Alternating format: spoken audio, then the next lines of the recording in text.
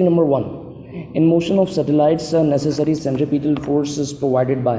देखो जब भी हम सैटेलाइट्स की बात करते हैं तो सैटेलाइट्स जो है वो किसी भी एक प्लैनेट के अराउंड जो वो ऑर्बिट कर रही होती हैं, तो वो ऑर्बिट क्यों करती हैं, सेंट्रीपिटल फोर्स जो वो क्यों प्रोड्यूस होती है, वो ग्रेविटेशनल फोर्स की वजह से जो वो प्रोड्यूस हो रही होती है। The necessary centripetal force is provided by the gravitational force. तो इसका आंसर होगा option A. MCQ number 2, it says in ripple tank 40 waves pass through a certain point in 1 second, 40 waves per second. This is basically frequency given in the question। आगे लिखा if the wavelength of the wave is 5 centimeters, ये wavelength है जिसको हम lambda से represent करते हैं। then find the speed of the wave की जो वो स्पीड कैलकुलेट करनी है। तो सिंपल सा फॉर्मूला होता है v इक्वल्स एफ लैम्डा। तो इसके अंदर फ्रिक्वेंसी 40 वेव्स पर सेकंड सब्सटीट्यूट करेंगे और वेवलेंथ अगर हम सब्सटीट्यूट करें 5 सेंटीमीटर्स तो 5 4 टाइम्स 200 बनेगा और इसका यूनिट होगा सेंटीमीटर्स पर सेकंड। तो अगर 200 सेंटीमीटर्स पर सेकंड है तो इसको मीटर्स में कन्वर्ट करें हम, क्योंकि ऑप्शन जो है वो सब मीटर्स में गिवन है, तो डिवाइड बाय 100 करेंगे, so it would become 2 meters per second. तो इसका आंसर होगा option D. MCQ number 3, the product of frequency and time period is equal to। Basically time period and frequency are reciprocal of each other। तो अगर ये frequency इधर divide हो जाए, multiply हो जाए, तो इन दोनों का जो प्रोडक्ट है वो 1 के इक्वल आएगा। तो इसका आंसर होगा option D 1। MCQ number 4, the trough of a wave act as. Basically ये जो क्वेश्चन है वो रिपल टैंक से जो है वो डील करता है। रिपल टैंक एक ऐसा टैंक होता है, ग्लास टैंक होता है जिसके अंदर वाटर फिल करते हैं और उसके अंदर जो है वो वाइब्रोमीटर के ज़रिए वेव्स प्रोड्यूस करवाते हैं, ट्रांसवर्स वेव्स। तो ट्रांसवर्स वेव के अंदर जो है वो क्रस्ट होता है और ट्रफ होता है। तो जहाँ जहाँ पर जो ट्रफ आ रहा होता है उसके ऊपर जो वो लाइट जो है वो ऑन करते हैं, तो उसके नीचे जो ग्लास टैंक है उसके बिल्कुल नीचे स्क्रीन रखी जाती है। उस स्क्रीन के ऊपर जो वो फ्रिंज पैटर्न ऑब्जर्व होता है।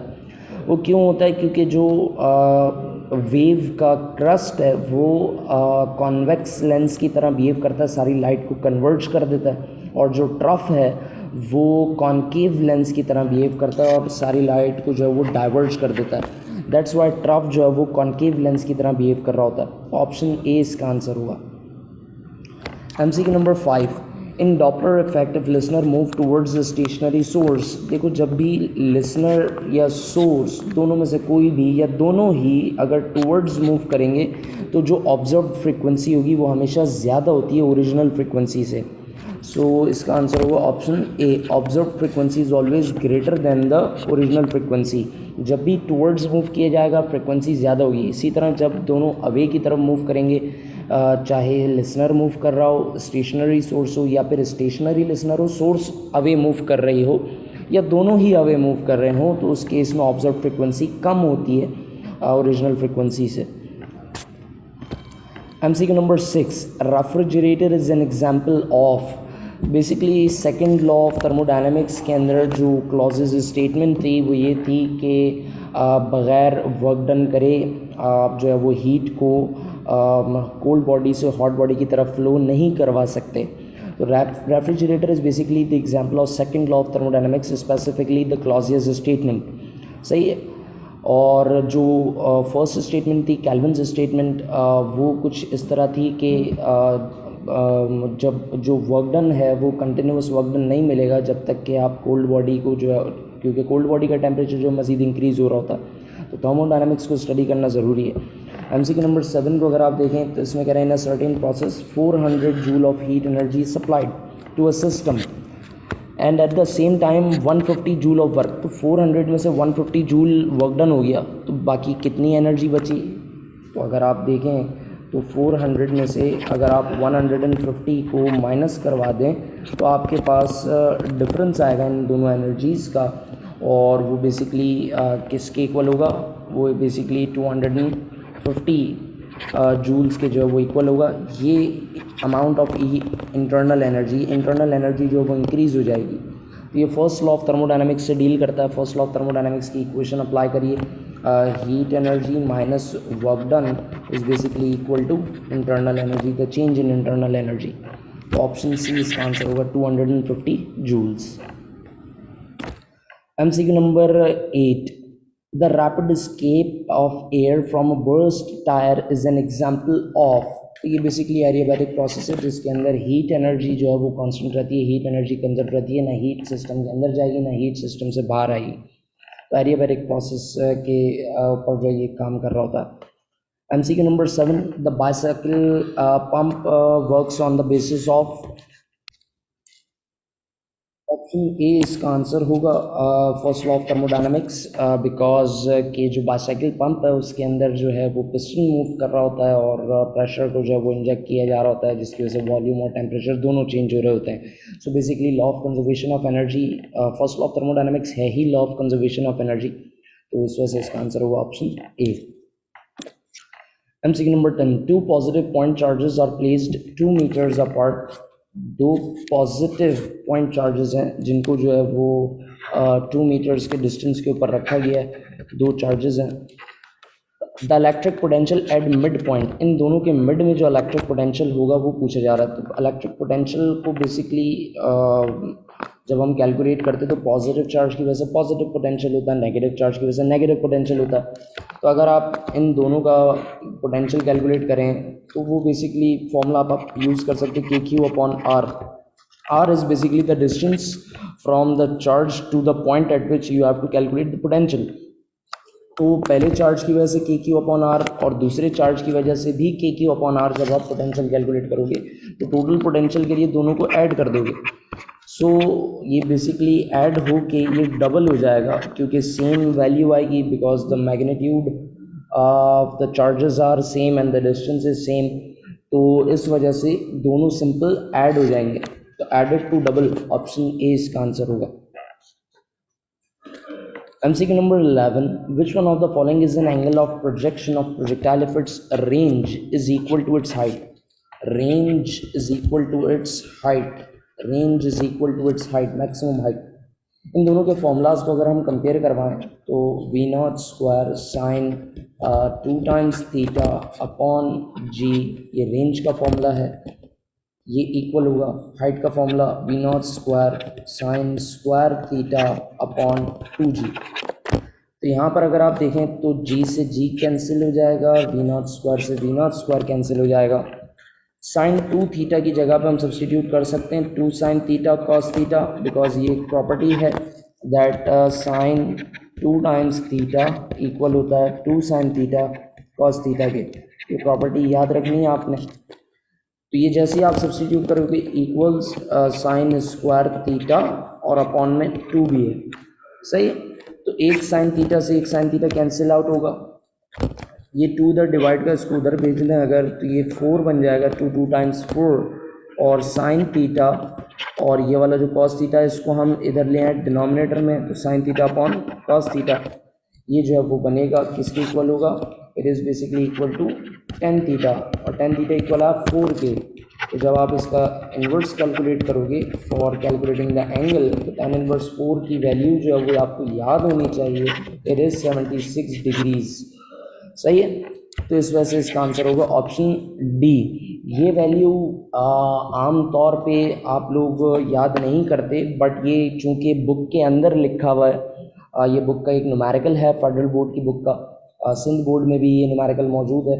इस वजह से ये वाला एंगल जो है वो आपको याद होना चाहिए. टेन इनवर्स 4 की वैल्यू जो है वो 76 डिग्री होती है. या फिर आप इसको एज अ की पॉइंट आप याद कर लो कि रेंज जो है वो हाइट के इक्वल होगी तब जब आप उसको 76 डिग्री के ऊपर थ्रो करोगे. MCQ number 12. The product of force and time is equal to product of force and time. If you remember what is force, force is basically the rate of change of linear momentum. इसको हम कहते हैं प्यार से force. तो force time इधर divide को उधर जाएगा मल्टीप्लाई हो जाएगा. So the product of force and time is equal to the change in momentum. ये बात याद रखना. अक्सर बच्चे जो है वो सिर्फ मोमेंटम पे जो है वो आंसर मार्क कर देते हैं बट इसका आंसर है change in momentum. MCQ number 13 भी बिल्कुल सेम क्वेश्चन है तकरीबन. The time rate of change और linear momentum of a body is equal to force. Force की डेफिनेशन लिखी गई है. फोर्स अप्लाई की जाएगी तो मोमेंटम चेंज हो जाता है. तो time rate of change of linear momentum is basically force. आगे बढ़ते हैं. MCQ number 14. A 10 Newton force moves a body around a circular path of radius 50 cm. What is the work done in one complete revolution? The work done in one complete revolution, the work done in one complete oscillation, the one in one complete rotation, one complete vibration, work done हमेशा zero होता है because work done is the product of force and displacement.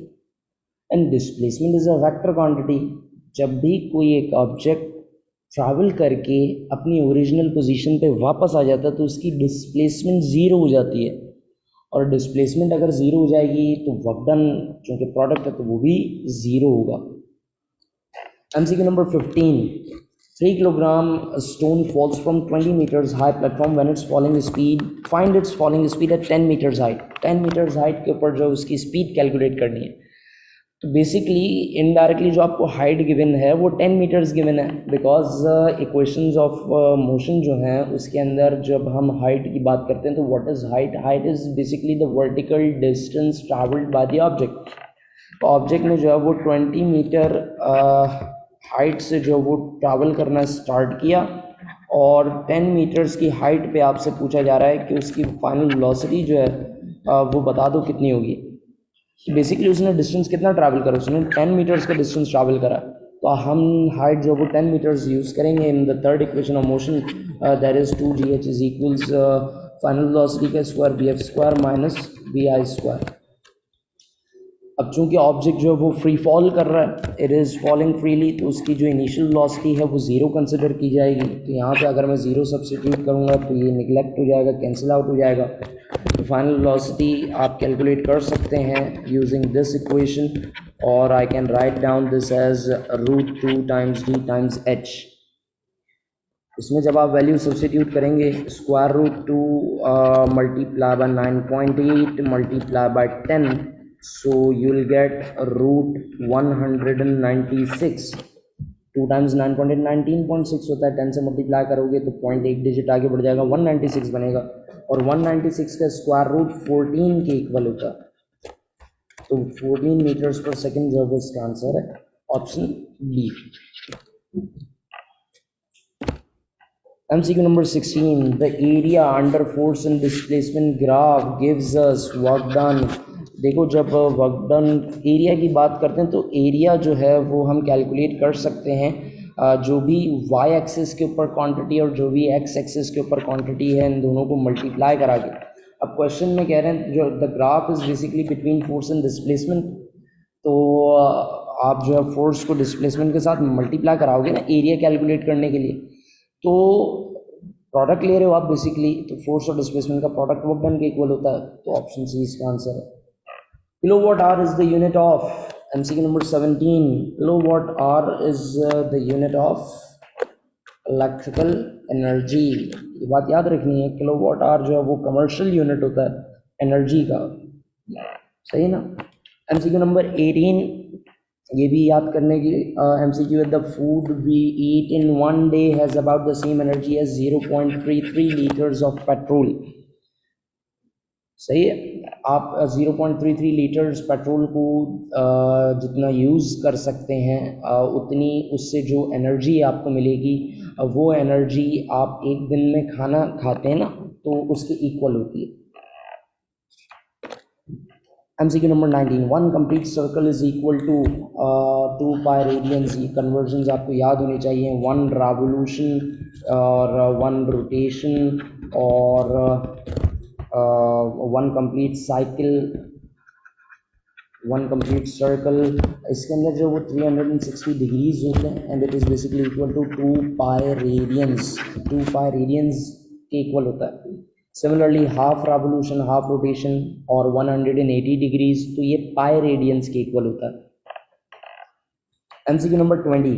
Red light is used in photographic dark room because of तो red की बात की जाती है तो रेड की फ्रीक्वेंसी कम होती है, वेवलेंथ ज़्यादा होती है, इस वजह से जो उसको फोटोग्राफिक डार्क रूम के अंदर जो वो यूज़ किया जाता है. The wavelength of red color is basically 7000 angstrom. ये आपको याद करना है. वॉयलेट की 4000 एंगस्ट्रॉम होती है. तो वॉयलेट से रेड की तरफ जब आप शिफ्ट कर रहे हो, दैट मीन्स आपकी जो वेवलेंथ है वो इंक्रीज हो रही है, फ्रीक्वेंसी डिक्रीज हो रही है, बिकॉज फ्रीक्वेंसी और वेवलेंथ का जो वो इन्वर्स रिलेशन होता है. MCQ number 21. For gaining an atomic spectrum, evacuated glass tube is filled with the neon gas, quenching gas. neon को जो वो यूज़, neon या फिर argon को जो वो यूज़ किया जा रहा होता है basically. MCQ number 22.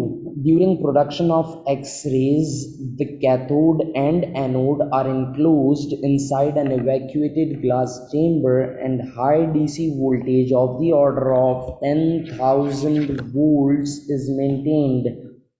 10 kilo volt जो है वो पोटेंशियल प्रोवाइड किया जाता है ताकि इलेक्ट्रॉन्स जो है वो एक्सेलरेट करें, बहुत ज़्यादा एनर्जी हो उन इलेक्ट्रॉन्स के पास, और वो जाके जब वो डिसेलरेट होंगे तो एक्सरेज प्रोड्यूस होती हैं. MCQ number 23. Half life of iodine 131 is 8 days. आपको हाफ लाइफ गिवन है, that is 8 days. If 20 milligram is present initially, how much iodine is left behind after 2 half lives? After 2 half lives means कि वो 2 दफ़ा वो half हो जाएगा. तो 20 milligram को अगर हम हाफ करें तो 20 का हाफ 10 मिलीग्राम होगा. Similarly after second half life तो ये 10 का half, that means 5 milligram sample जो है वो बच जाएगा. ऑप्शन बी इसका आंसर होगा, 5 मिलीग्राम्स. MCQ number 24. ये याद करना है, 4.5 10⁻⁹ years is the half life of uranium 238, जो उसका एटॉमिक मास होता है उसकी हाफ लाइफ है. MCQ number 25. When a charge Q on a capacitor is doubled, then energy stored U will be. Energy on a capacitor का formula होता है, it is basically equal to half Q times V. Energy का charge के साथ direct relation है.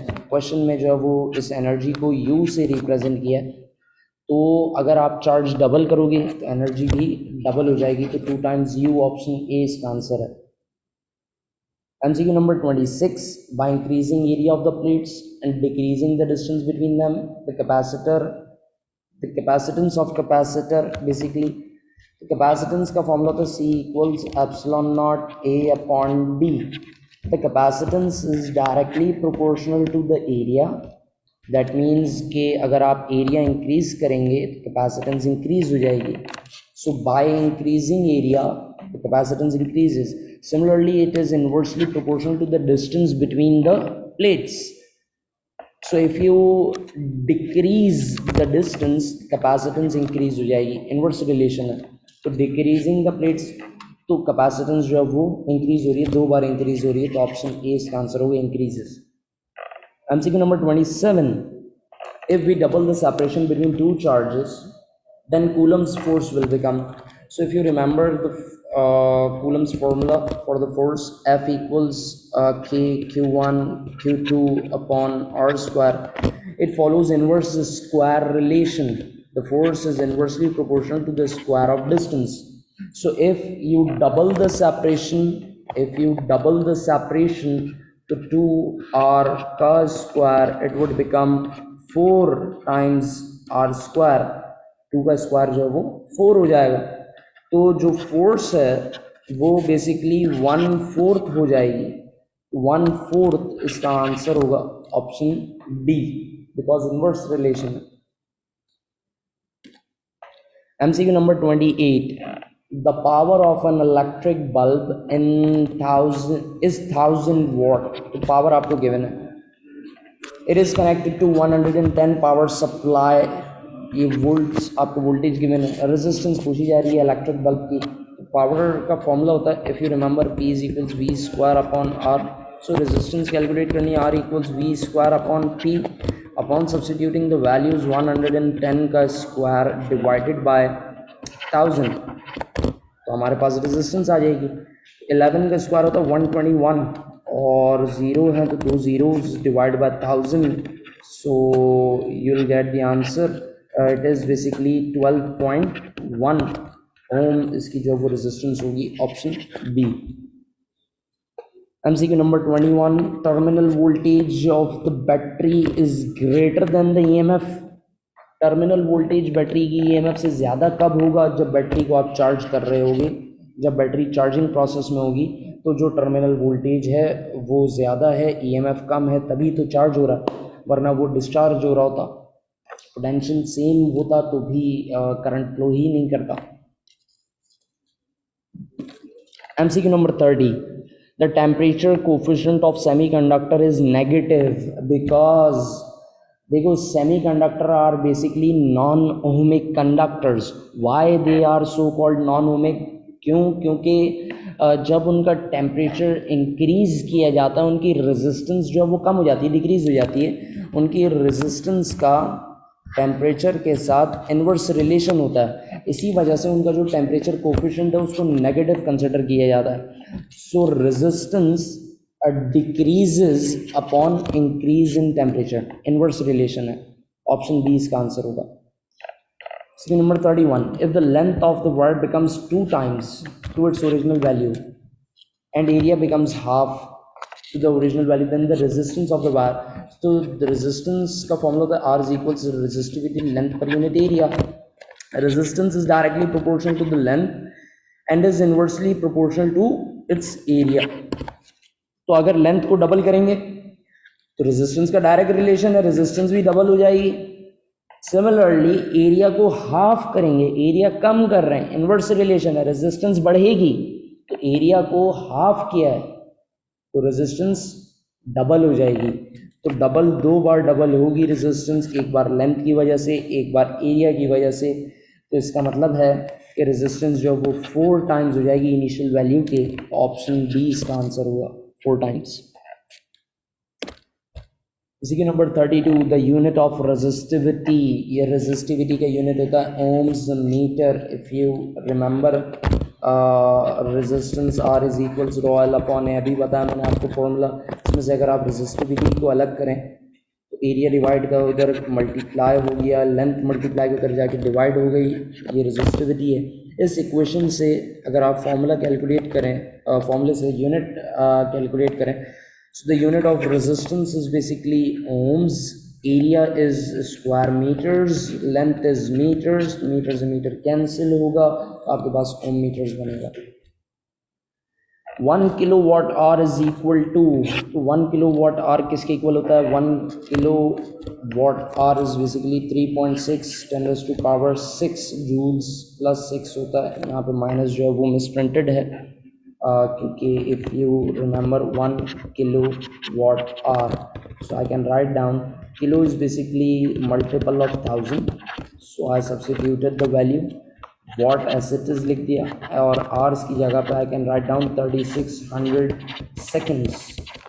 सो if you multiply these values 1000 and 3600 seconds, I can write it down as 3.6 10 to power 6. And watt second is basically equivalent to joules. So 3.6 10 to power 6 joules ये equal होता है 1 kilowatt our के. ये यहाँ से इसकी conversion आई है, इसको याद करने की ज़रूरत नहीं है. MCQ number 34, it is a null type resistance device for measuring potential differences. So potentiometer के ज़रिए जो है वो हम पोटेंशियल मेजर कर सकते हैं नल डिफ्लेक्शन के मेथड के ऊपर, और इसके ज़रिए जो है वो EMFs को कंपेयर भी कराया जा सकता है.